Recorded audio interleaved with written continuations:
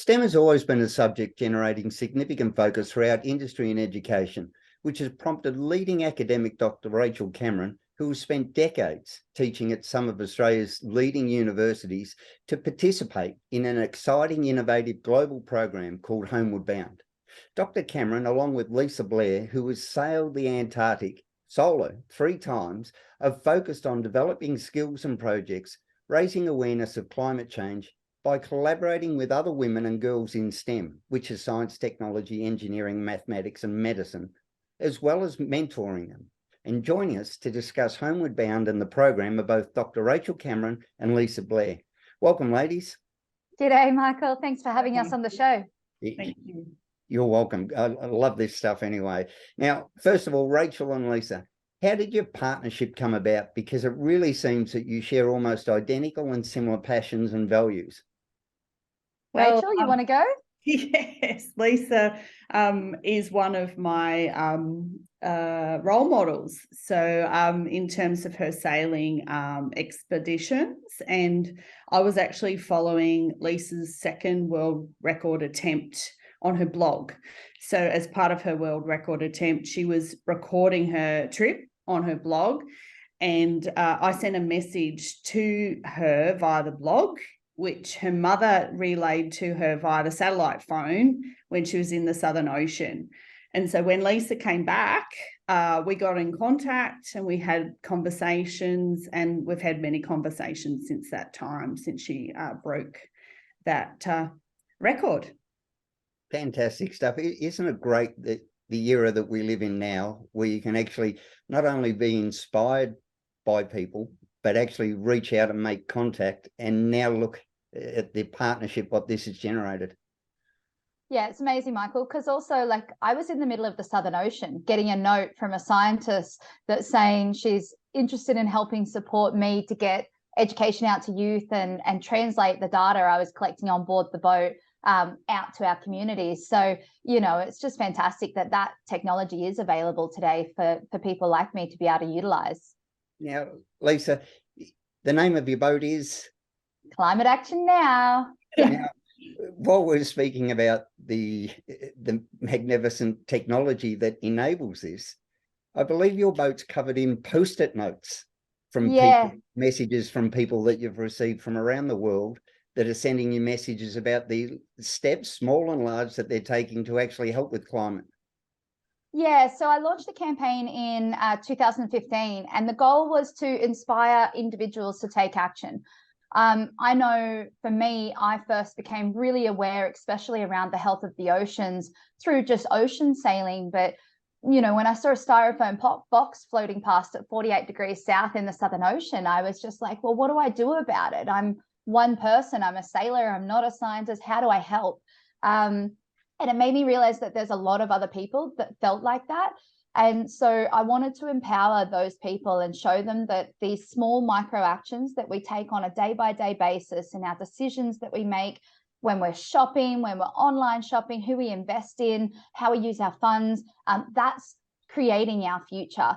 And so I've been collecting thousands of messages now from every talk, event, boat show, randoms that I meet. People can submit a message through the website.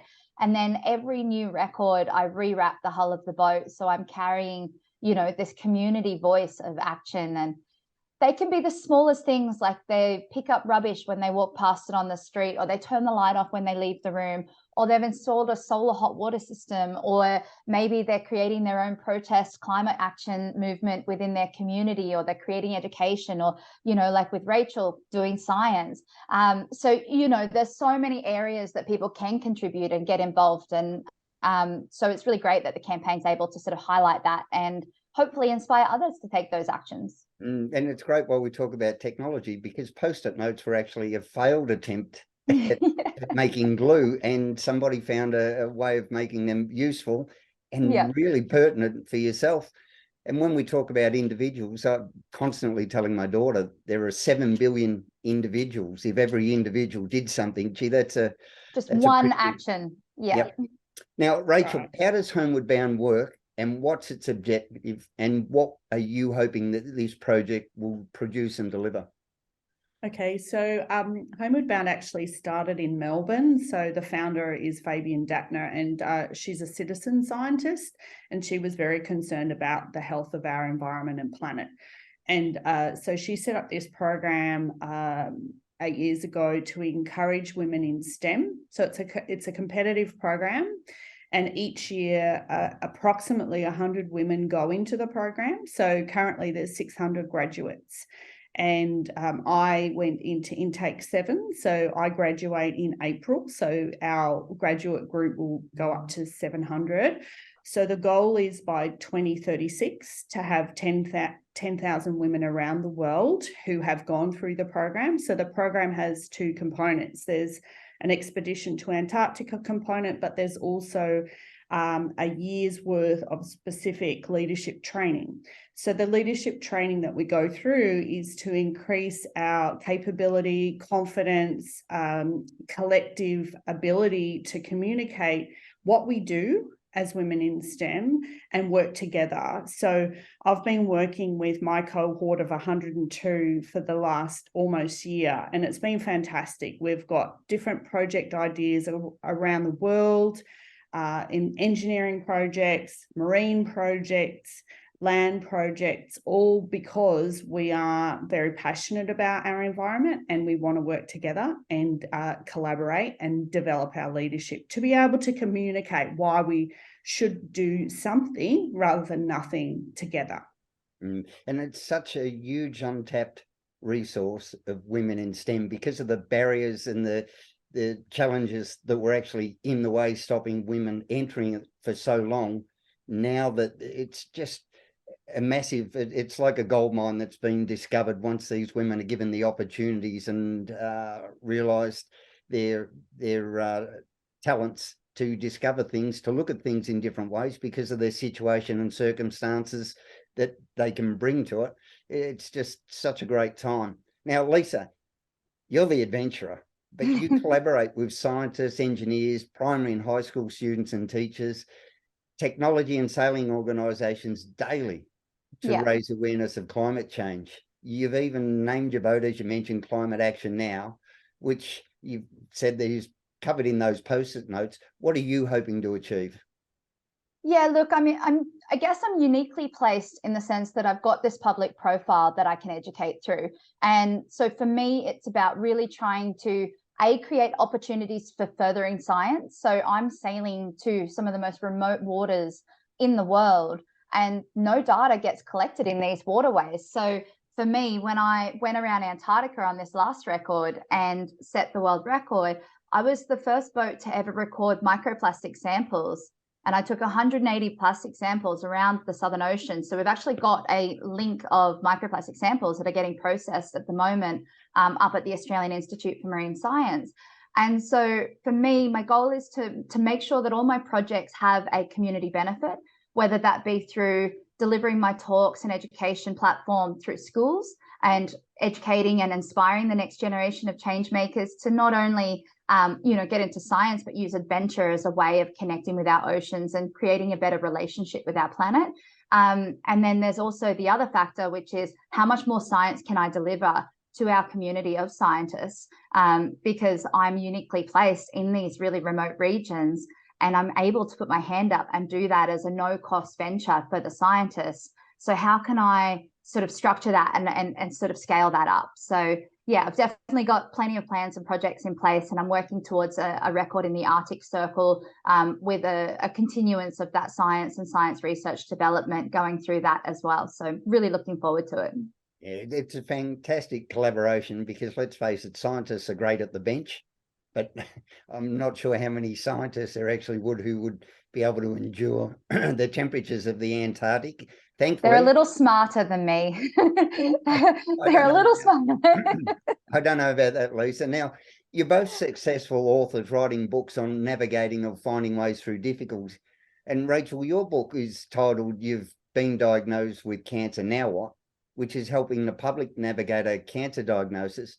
And Lisa, your book is titled Facing Fear, which explains how you've navigated being demasted in the Southern Ocean on your first world record attempt on your boat Climate Action Now. Yes. Do you see a common thread in this narrative that you've both written about? Yeah, look, I mean, I think that having a cancer diagnosis and attempting a world record attempt in Antarctica are life-threatening situations. And so when you're faced with really difficult challenges, it's important to just get as much facts as you can at the time and make the best decisions that you can. So in Lisa's book, she explains about her demasting, but also when she does the public presentation, she explains how she had to make very quick decisions not to die in the Southern Ocean. Yeah. And certainly in Australia, every day there's 413 people diagnosed with a new cancer diagnosis, which is a lot of people. And we've got great treatments, and it depends on which cancer people get, but the survival is dependent on making good decisions at the time that you're faced with that situation. So I think the parallels are around life-threatening situation and making good decisions with the information that you have and the skills you've got and the people around you and all the resources that are around. What do you think, Lisa? Yeah, I agree. I mean, it's such a tough topic, right? Cancer is so prevalent in our society these days. And I mean, the difference, I guess, for me is that I voluntarily go out into the Southern Ocean to put myself into these uncomfortable situations to sort of test myself and see what I'm capable of. And, for those people who are going through cancer or something of that form, they don't have that choice. That's something they have to just deal with and get on with it. But, I'm a huge believer that life's an attitude, and we can't control what happens to us in any way, shape, or form. We can only control how we respond to that, how we interact with that, or how we remove that from our situation, depending on what that thing is for that person. So, there's a number of parallels there for people that are looking for resilience building or wanting to go through hardships and or are coping with hardships and wanting to find out ways to find their way through. And I don't know about your book, Rachel, but mine's definitely very much a mindset and attitude focused story.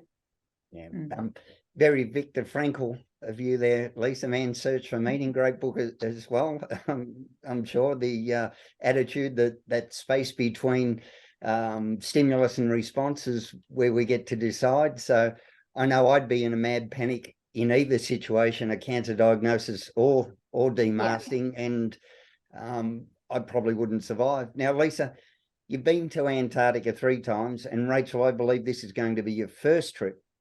How do you prepare for that? Rachel, what tips are you giving to Lisa? Or, is this something you need to be extremely fit for? Or is it physical? Is it mental? Is it both? How do you do it? Well, I'm definitely not going solo. So Lisa's gone solo twice, and she's gone on the third trip with Aurora Expedition. So that was a boat where she went with other people. So I'm going with other people on an expedition boat with my 102 cohort in Homeward Bound. So there's been expeditions before, so that's informative, and also Lisa's been before, so I'll be talking to Lisa about what she suggests. And I'm a certified scuba diver and I love snorkeling. I'd love to have a go down there, but people have said it's tricky to do those things down there in Antarctica. So I'd be seeking advice from more experienced people on what to do and what not to do, because it could be very important to have that information. And Lisa, any advice you're going to give Rachel apart from gloves and a beanie? Well, you got to get the right gloves. That's key. You got to get the right gloves. But in reality, when you're going down on a research vessel, you are outdoors for 6 or 8 hours, and then you're inside with a hot cup of cocoa, and it's all lovely and heated. So, you need the right preparation for being outdoors, but generally it should be pretty okay. But more than anything, it's taking the beauty of what's around you and taking the nature and the ecosystem, because it's such a raw, vast section of our planet, and the mountains are huge and the wildlife is abundant and it's so pristine that it needs to be protected. And you know, when I went down with Aurora expeditions just this last December, it was the first time I was able to put boots on the ground in Antarctica, because when I do my sailing records, I'm non-stop. So I don't get to interact with it in such a way. And, you know, I went snorkeling twice a day, every day in Antarctica. And that was like, you know, full dry suits, thermals underneath, like the whole 9 yards. And it was still incredibly painful, but it was such a cool way to experience the ocean down there and to connect with, you know, this frontier of ice and this land that we have just to the south of us. And just take in the sights and sounds and really take that time to sit and just be in that environment and just enjoy it. Yeah, it sounds fantastic. Now, Rachel, on a slightly warmer note, you're also leading an entry of Homeward Bound women with all levels of sailing experience into the Australian Women's Keelboat Regatta in June in 2024 in Melbourne, as part of the training of leadership and development and fundraising efforts for the collective. What's the response been like to that? Oh, look, the ladies women that are in my crew are very keen.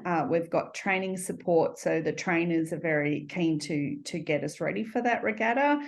And people are interested to see how we go. And as I said, and as you mentioned, there's a range of sailing skills. And, you know, I think sailing is a very good analogy to leadership. So it requires, you know, when you're developing your leadership, you have to try to do things that you haven't done before. We often don't know what is going to happen. So you set a course, you know, in terms of the direction that you're going to take your leadership journey on. And sailing is the same. You set a course, and then if things change or things, the weather, something happens to the crew, you just adapt. So we're hoping to use the project's entry into the Australian Women's Keelboat Regatta as a way of developing our skills, our collaborative teamwork efforts, and also raise awareness of what we're doing with Homeward Bound, sailing, and women in STEM together. Fantastic. Now, Lisa, 3 times around the Antarctic, not good enough for you. You're also planning another adventure of awareness building on the mission to the Arctic. So you've turned left instead of right, as Bugs Bunny was if you get to Pasadena and turned left instead of right. So now you've got to worry about polar bears as well. When's that planned, and what's it like sailing to areas like the Arctic on your own compared to the Antarctic? Will there be a big difference? Yeah, there's a massive difference. So I've got quite the campaign schedule. I've only just arrived back in Australia like a week ago, but basically, like, I'm doing a New Zealand speed record this year, which is all focused around the school education program that I'm rolling out, and then using that as a planning year for this Arctic record. And in the Arctic, it's vastly different sort of challenges that you have to meet and overcome in comparison to the Antarctic. So when I'm sailing around the Antarctic, it's open ocean, it's major storm fronts the size of a hurricane or a cyclone coming through on basically a weekly basis. So your average wave height's a sort of 6 to 8 meter wave, and you just get pretty used to living in that environment. And then you add icebergs, snowstorms, blizzards, all of those fun things on top. So the boat I needed for that project is Climate Action Now. She's 50 foot long, she's solid, she can take a few hits from the waves, and you know she's going to be able to be capable to go through those storms. With the Arctic, though, it's you're inside the ice, you're in and amongst the ice, you're also inside the continental shelves. So you've got land around you which flattens the sea, and you're generally in a high pressure system up there. So there's almost no wind 90% of the time. And then a storm will get pushed, kind of squeezed north, and then you end up in storm conditions around ice, which is very, very dangerous kind of challenge to overcome. So for me, I'm actually trying to build a little 30-foot boat or 32-foot yacht out of a material called volcanic fiber or basalt. And I'm in the process of trying to raise the capital funding for it to advance the research in this material as a a potential viable option for mainstream boat building techniques moving forward as a more sustainable shift to the glass reinforced plastic construction in like a modern boat. And at the moment, people are just starting to realize what's happening with these boats at their end of life. They've got a 15, 20-year lifespan, and then they end up in landfill, or they get sunk in the ocean and turned into microplastics. And so the big campaign focus for me for that Arctic record is, how can we shift our boat constructions to more sustainable measures, and what's that going to look like, and can I test that in this extreme environment in the Arctic as I sail around? And then obviously I'll be doing the science and everything up there as well. So it's going to be about a 5-year campaign, but I'm hoping to actually be doing the record in 2025. Wow. Yeah, I'm feeling a little bit inadequate here. I once ran Football with goals. scissors. I don't know what you're talking about. I once ran with scissors and thought I was a thrill seeker. Now, I'm going to ask you a parenting question here, because you're both such fascinating, inspirational people. I don't like giving the gender thing, women, but people, regardless of gender. What was your upbringing like? What was your parenting like? Was dad an inspiration? Was mum the inspiration? Where did this come from? I'll start with you, Dr. Cameron. Where did this come from? What made you so far out of the box, especially, as you mentioned off air, it took you 10 years to get your become a doctor. So this is going back to a time when, you know, women just weren't in that sphere as much. What was it, do you think, that kicked you off? Well, I think partly my parents taught me. So both of my parents were teachers, and my dad really wanted to sail, and he didn't know anyone who would have him as crew. So he decided to build a yacht himself. So he didn't know how to, when he first got married, he didn't know how to use tools. So he taught himself to weld, and he built a 45-foot steel Robert's hulled yacht over my childhood. So he started when I was 7, and he finished when I was 17, because he also renovated a house, worked full time, and had separate fundraising projects. And my mother also loved teaching children with hearing impairment. So she's got a doctorate in education. So 3 degrees mum has. And so I think one of the things that I learned from my parents was to be curious, to start projects and finish them. And I love nature, and they did. And so I think the combination of the nature, the project starting and finishing and learning has what set me up for my career in STEM. And you know, that's the legacy that I've got from my parents, teaching me how to start projects and finish them. Fantastic. And Lisa, what about you? What do you think that has set you off down this course, the path less traveled? Yeah, I guess it's definitely my childhood. So we grew up in the bush behind Nambour on the Sunshine Coast. So we had this 20-acre block on solar power. So we could watch one movie once a week when we ran the generator to do laundry. So we didn't have like that mainstream influence in which, you know, kids and stuff are exposed to on a very daily basis these days. And it meant that I had that freedom to dream and create an imagination and build adventures, and as a family we would go off on those adventures. We'd go camping or hiking, or you know, my dad did and my mum actually both did base camp in Everest, and so we would go off and do these things, and that, I guess, that coupled with like constant support for any crazy idea I would come up with, which was, you know, quite a lot of them, and so that's just, yeah, it's allowed me to think that, yeah, it's different, but different is, you know, not a bad thing. It's just something different. No, it's great. I speak on this topic a lot, and I think it was Einstein said, if you want to truly understand things, better look into nature. And Einstein's other one that comes to mind was, you know, knowledge is limited, but creativity is infinite. Yeah. And as parents, it just sounds like your parents, it's not about the advice they give, but about the questions they ask of you and let you figure stuff out yourself. Yeah. So, ladies, where can people follow this along? Because I'll furiously be following this along. Where can they find out more and follow your journey with this? Rachel? Lisa, do you want to go first? So you can follow all my adventures through my social media and website. They're all just lisablairsalestheworld.com. So the book Facing Fear is available on my website.